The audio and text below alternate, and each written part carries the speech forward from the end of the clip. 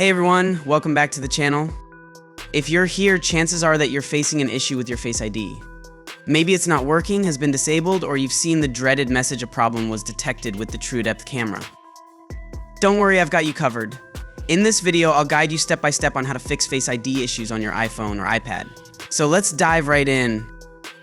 First, go to your iPhone settings by opening the Settings app, then navigate to General. From here, scroll down to Transfer or Reset iPhone, and tap on it. Tap on Reset, then select Reset All Settings. No need to worry, guys. When you reset all settings on your iPhone, the device restores all settings to their default state without deleting any personal data, apps, or media. It'll just reset Wi-Fi passwords, home screen layouts, and modified settings. All the apps and data will remain the same.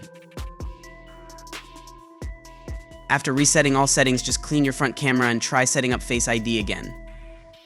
If that didn't resolve, head over to Settings. Navigate to General.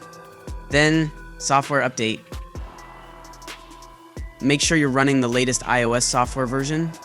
If not, just update it right from here.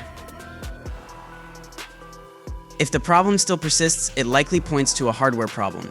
This means that some physical component of your iPhone, such as the Truedepth camera system used by Face ID, could be damaged or malfunctioning. I recommend booking an appointment with Apple support or visiting your nearest Apple store or authorized service provider for assistance. Apple technicians can diagnose and repair any hardware-related problems with your device. So that's all about it. I hope this video was helpful. If you found this video helpful, give it a thumbs up and don't forget to subscribe to the channel and hit the notification bell so you never miss out on more tips and tricks.